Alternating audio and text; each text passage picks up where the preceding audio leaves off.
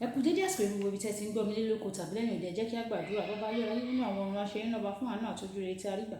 Àdúpẹ́ tí ẹ kà wá mọ́ àwọn alààyè ọkàn. Àtúndì ọjọ́ ìṣẹ́gun mìíràn nínú oṣù kejì o. Ẹ ṣẹ́gun fún wa nílé lóko ní gbogbo ọ̀nà wa. Wá fi ògo ìyìn àti ọlá forúkọ mímọ́ yín, ẹ gbà ọpẹ́ wa. Ọ̀rọ̀ náà tí a ò gbọ́ lẹ́nìí kó ṣe ayé àti ọkàn wa ní rere, kó má ṣe lòdì sí wa ní ọjọ́ ìdájọ́, nítorí tí a gbàdúrà ní orúkọ Jésù Kristi Olúwa wa. Àmín, àmín ní orúkọ Jésù. Ìwé ọ̀run ṣíṣí tí a tẹ olùṣọ́ àgùntàn Enoch Adeboye kọ. Èní ọjọ́ ìṣẹ́gun ogúnjọ́ oṣù kejì. Àkòrí tí a ó gbéyẹ̀wò sọ pé kí ni Ọlọ́run sọ? Kí ni Ọlọ́run sọ? A mú àkọsórí wa nínú ìwé Ábákúkù orí ìkejì ẹsẹ̀ ìkíní. Ábákúkù orí ìkejì ẹsẹ̀ ìkíní. Lórí ibùsọ̀ mi ni èmi ò dúró, èmi ò sì gbé ara mi ka orí alóre. Èmi ò sì sọ láti rí ohun tí yóò sọ fún mi àti èsì tí èmi yóò fọ̀ nígbà tí a bá ń bá mi wí. Nígbà tí a mú bíbélì kíkà wa tèmi nínú ìwé orin Dáfídì orí ìkọkàndínlọ́gọ́fà ẹsẹ̀ ìkọkànléníọgọ́rùn-ún títí dé ẹsẹ̀ ìkarùndínláàádọ́fà, tí ó kà báyìí pé: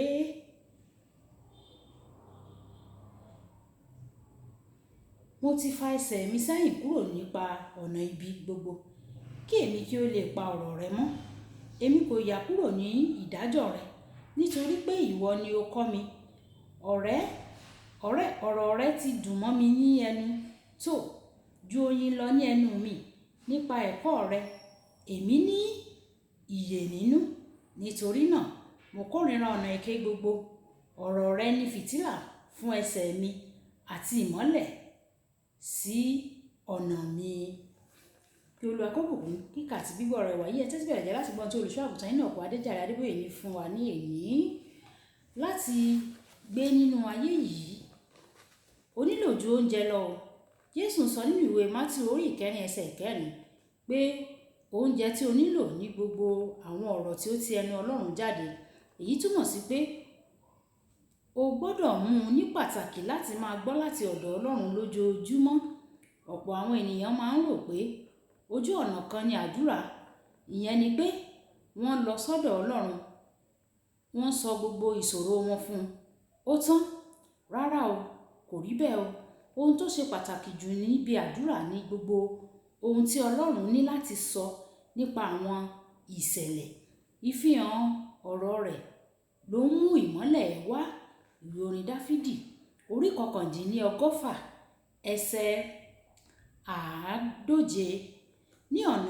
Ní ọ̀pọ̀ ìgbà nígbà tí mo bá ń kojú àwọn ìṣòro kan tí mo sì ké pe Ọlọ́run fún ìrànlọ́wọ́ tí kò sì sọ ohunkóhun sí mi padà, màá ní tèmi bá mi o. Màá sì túbọ̀ máa ké pe Ọlọ́run.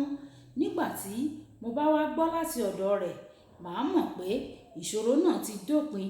Kódà bó jẹ́ pé ìbáwí ni mo gbọ́ wípé ó tilẹ̀ dáhùn lásán, ó fi hàn pé ó ti gbọ́ mi àti pé ohun kan fẹ́ ṣẹlẹ̀. Bíbélì ṣe àkọsílẹ̀ nínú ìwé Sámúẹ́lì kìíní orí 30 ẹsẹ̀ ìkíní títí dé ẹsẹ̀ ìkejìdínlógún bí Dáfídì àti àwọn ọkùnrin rẹ̀ ṣe sọ àwọn ẹbí àti àwọn ìní wọn nù sí ọwọ́ àwọn ará Amálẹ́kì, àti bí wọ́n ṣe gba ohun gbogbo tí wọ́n gbà lọ padà lẹ́yìn ìgbà tí wọ́n gba ìtọ́ni lọ́dọ̀ Ọlọ́run. Ó jẹ́ àsìkò ìpòrúurú fún wọn kí Ọlọ́run tó dáhùn o. Àwọn ọkùnrin náà wọ́n ti sọkún gidigidi. Agbára kò sì sí fún wọn mọ́ láti sọkún. Wọ́n sì di ẹni ìkọ̀sílẹ̀ débi pé wọ́n bẹ̀rẹ̀ sí ní gbèrò láti pa Dáfídì. Ṣùgbọ́n ọpẹ́ ni fún Ọlọ́run. Ọpẹ́ ni pé Dáfídì hùwà ọlọ́gbọ́n, ó sì wá ojú Ọlọ́run lórí ohun tí yóò ṣe. Àti nígbà tí wọ́n ṣe ìmọ̀ràn Ọlọ́run, wọ́n gba gbogbo rẹ̀ padà. Nínú ẹsẹ̀ àkọsórí wa fún tòní, Ábákúkù sọ pé òun yóò dúró lórí ibùsọ̀ òun láti rí èsì tí Ọlọ́run yóò fi fún òun. Olùfẹ́, kí ni Ọlọ́run sọ nípa àwọn ẹ̀bẹ̀ tí o gbé wá sí iwájú rẹ̀? Kí ni Ọlọ́run sọ nípa ìdílé rẹ, ọ̀la rẹ àti iṣẹ́ tí o yàn láàyò? Tí o bá jẹ́ ọmọ Ọlọ́run, o ó yẹ kí o mọ̀ pé Ọlọ́run fẹ́ bá ọ sọ̀rọ̀ nípa ọ̀rọ̀ rẹ. Ó ṣe ni láàánú pé ọ̀pọ̀ àwọn onígbàgbọ́ wọ́n kùnà láti dúró dè láti gbọ́ ohun tí ó ní láti sọ fún wọn. Nínú ìwé Jeremáyà orí 23 ẹsẹ̀ 3, Ọlọ́run wí pé, ké pè mí, èmi ò sì dá ọ lóhùn. Kò sọ pé mo lè dá ọ lóhùn tàbí mo máa rò ó láti dá ọ lóhùn. Ó ní èmi yóò dáhùn. Nítorí náà, nígbà tí o bá lọ sọ́dọ̀ rẹ̀ nínú àdúrà, sọ fún un, Olúwa mi, n ò ní sinmi o títí ìwọ yóò fi dá mi lóhùn. Kókó ọ̀rọ̀ Ọlọ́run, ohun tó ṣe pàtàkì jù lọ ni láti gbàdúrà ní gbígbàgbọ́ ohun tí Ọlọ́run ní láti sọ padà àwọn ìṣẹ̀lẹ̀. Yorùbá bọ̀ wọ́n ní ìsọ̀rọ̀ ní ìgbésì. Ìgbàdúrà pàápàá náà ní ìgbésì. Ọlọ́run yóò ràn wá lọ́wọ́ bí a bá ti ń gbàdúrà sí Ọlọ́run, yóò máa dáhùn èsì àdúrà wa ní orúkọ Jésù. Olúwabùkọ́lá Ayákúnmi orúkọ mi. Nígbà tí a máa pàdé ní ọ̀la, ìpàdé wa bí oyin. Ó dàbọ̀.